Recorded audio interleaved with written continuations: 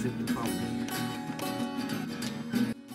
Olá pessoal, eu estou aqui na Academia de Ciências da Califórnia, que é um museu de história natural muito bacana aqui nos Estados Unidos, e eu estou com meu colega de longa data aqui, o Dr. Luiz Rocha, que é ictiólogo aqui da academia, e ele vai contar para vocês como que ele começou com essa, né, assim, quais foram os primeiros passos e ideias para ele chegar, né, na ictiologia, né?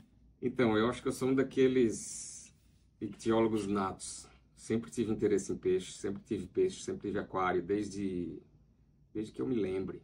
O meu avô tinha um tanque de cimento no quintal da casa, que eu ia para casa dele lá só para ver os espadas e os gupis no tanque. Então, sempre tive interesse por peixe, tive aquário de água doce, aquário marinho.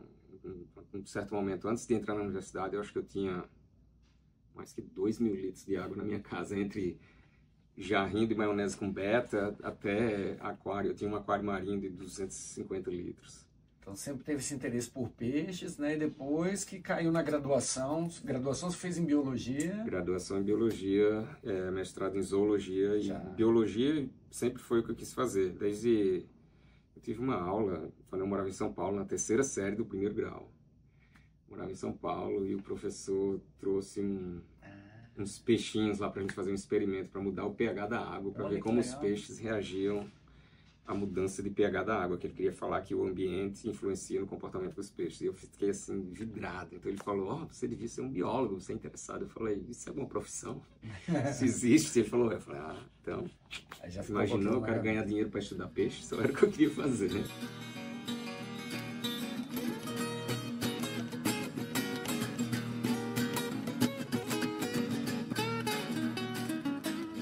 Então, Recife de Coral, a maioria das pessoas conhecem porque aparece muito em TV, tem vídeo, tem filmagem, tem foto, mas o que a gente vê bastante é só a parte rasa do Recife de Coral, entre a superfície e 30, 40 metros no máximo. Só que os Recifes de Coral continuam bem mais fundo que isso, eles vão até os 100, 150 metros, e essa faixa de profundidade entre 50 e 150 metros é classificado como Recife mesofótico, que é um foco grande aqui do trabalho que eu estou fazendo agora. Só que não é tão simples explorar e entender e estudar esses recifes profundos, porque requer muito mais equipamento. A gente faz um mergulho técnico usando um rebreather, aqui está o manequim aqui atrás vestido com o equipamento de mergulho que a gente usa para essas profundidades. E é um tipo de mergulho bem mais complexo do que mergulho recife raso, porque exige descompressão. Então, a cada 10 minutos de trabalho lá, a gente tem que ficar, sei lá, 3, 4, 5 horas de descompressão, dependendo da profundidade que mergulhar. O mestrado você ainda fez no Brasil, né? E aí já começou a entrar mais academicamente forte, assim, na descrição formal de espécies, por exemplo. Isso. A primeira espécie que eu descrevi eu ainda estava na graduação, que foi o Emulus comipina, um bicho que a gente descobriu lá em João Pessoa mesmo. É uma espécie que eu tinha descoberto logo no início da graduação, mas demorei um tempão para descrever porque eu não conseguia acreditar que o bicho não era descrito. Eu achava que eu ia achar uma descrição de 1800 e pouco enterrada em algum lugar e o pessoal ter esquecido o nome, porque é uma das espécies mais comuns na Paraíba. Eu não conseguia acreditar que aquele bicho ainda não tivesse nome. Então demorei bastante para entre descobrir a espécie e descrever a espécie. Eu demorei bastante porque eu queria realmente ter certeza que a espécie não tinha sido descrita antes. E está aí ainda como válida, então eu acho que agora eu estou começando a me convencer que realmente ela é válida.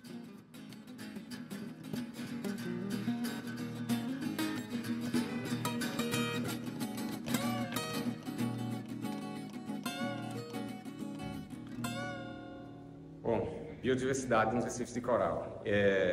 O lugar mais biodiverso que eu já vi foi as Filipinas, de longe.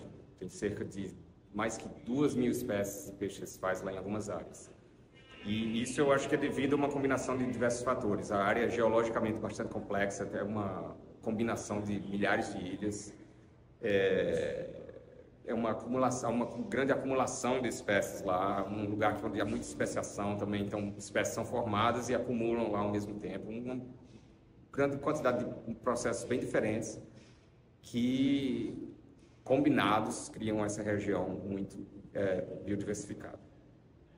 Um outro fator também que contribui bastante lá é que é uma diversidade de habitats muito grande. Então, tem muitos habitats diferentes.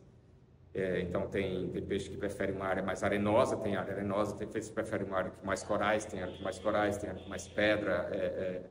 A diversidade de habitats lá é tão grande quanto a diversidade de espécies.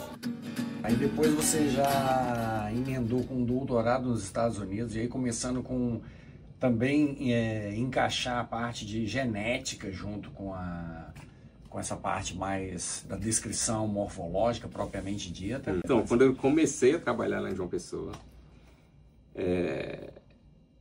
com mergulho principalmente, uma das coisas que a gente viu de cara é que quando a gente usava os guias de identificação do Caribe, as espécies, as fotografias no Guia do Caribe eram um pouquinho diferentes do que a gente via no mergulho lá em João Pessoa. Mas como a diferença era só cor, ninguém aceita uma descrição de uma espécie só baseada em cor, porque a cor varia demais. Então, eu decidi, no meados para o final da década de 90, que eu tinha que trabalhar com genética. E nessa época não tinha ninguém trabalhando com genética, sequenciamento genético para comparar a espécie do Brasil e do Caribe no Brasil. Por isso que eu acabei vindo fazer o doutorado fora, que no meu caso foi na Flórida, para estudar genética de peixes recifais, especificamente a importância da barreira do Amazonas, separando a população do Brasil. Então, a gente está aqui na coleção ictiológica da California Academy of Sciences. Eu sou curador de ictiologia, então eu dou tipo uma direção científica à coleção e determino coisas mais de estratégia de longo prazo. E faço bastante pesquisa. O meu trabalho envolve muita pesquisa e muita ciência, muita viagem, muita coleta. A coleção daqui é enorme. Isso aqui é um pedacinho minúsculo da coleção. Mas a gente tem mais de 2 milhões de espécimes. São mais que 300 mil lotes. Cada jarrinho desse aqui é um lote. A gente tem mais de 300 mil lotes do mundo todo.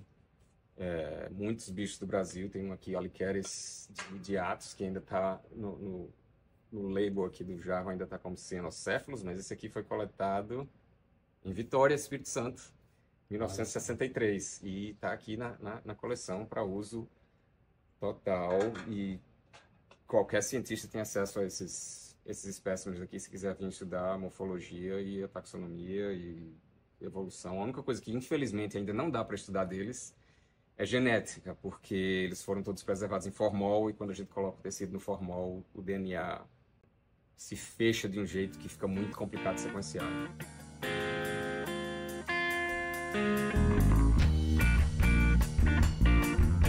Então, a importância da coleção é que isso aqui é como se fosse uma livraria de vida. Cada lote desse aqui, cada jarro desse, tem um monte de informação associada ao jarro. Quando foi o peixe que está dentro do jarro, quando foi coletado o espécime, quais eram as condições ambientais naquela época, e é o registro mais fiel que você tem que aquela espécie ocorria naquele lugar, naquela hora, naquele dia lá que foi coletado. Então, além de servir de referência para outros estudos, se alguém quiser estudar a morfologia deste gênero, vem aqui e compara esses bichos entre localidades ou entre espécies, ou seja lá qual for o objetivo da pesquisa, também é o registro mais fiel que você tem da presença dessa espécie no local. Então, se alguém disser que uma espécie foi extinta de algum lugar, você só consegue provar que a espécie foi extinta se você tiver boa documentação daquela espécie, que ela ocorreu naquele lugar antes. E a melhor documentação da espécie no lugar antes é o bicho coletado naquele lugar.